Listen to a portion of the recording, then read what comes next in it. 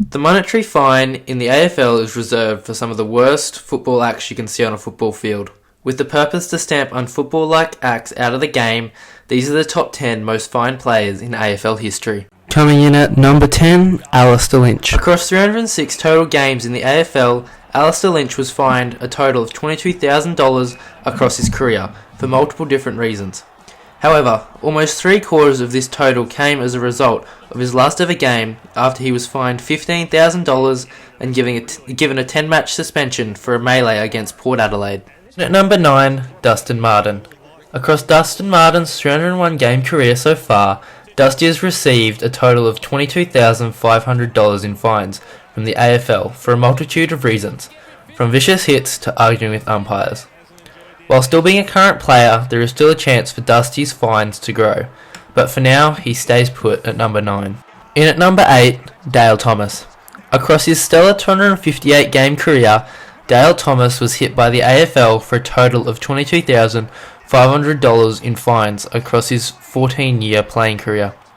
I was unsuccessful in finding any videos of Dale Thomas committing unfootball-like acts, but it's clear that he wasn't as clean as a footballer as he was assumed to be.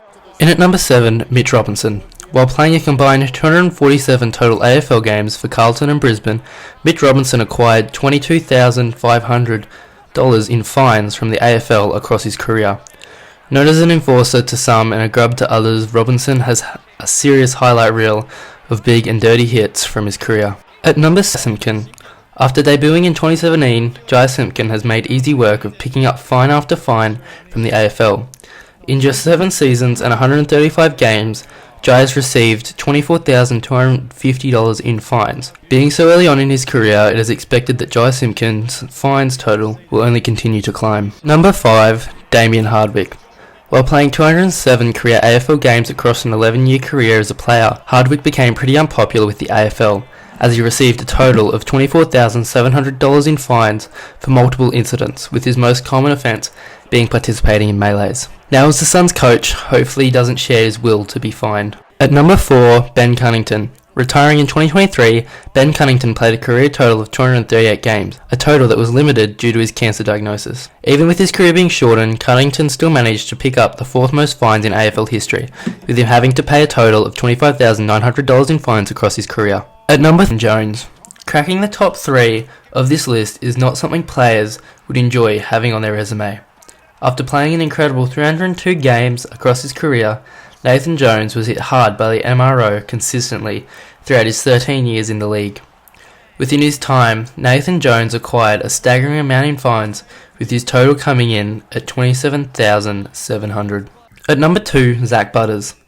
Port Adelaide's Zach Butters is at the very centre of this topic at the moment, after receiving another fine from Port's round 16 clash versus the Lions. Butters' most recent fine brought his total MRO charges up to 15 charges, which consisted of 14 different fines and a 2-match suspension. Zach Butters' 14 different fines brought his total up to a ridiculous $29,375. This total earns Zach Butters the 2nd spot on this list. Considering Butters is only 23 and his playing career has only stretched a span of 5 years with 107 appearances, with this in mind, it's almost a certainty that Butters will overtake the number 1 spot on this list very soon. Finally, at the number 1 spot, being no surprise, Toby Green. After acquiring a sick reputation in the early half of his career, Toby racked up the majority of his fines in the early parts of his career. After being named captain of GWS, Toby cleaned up his act for the team. He is now considered one of the best players and captains in the league. Across his 228 game career so far, Green has picked up $31,850 in fines, which tops the list and the league.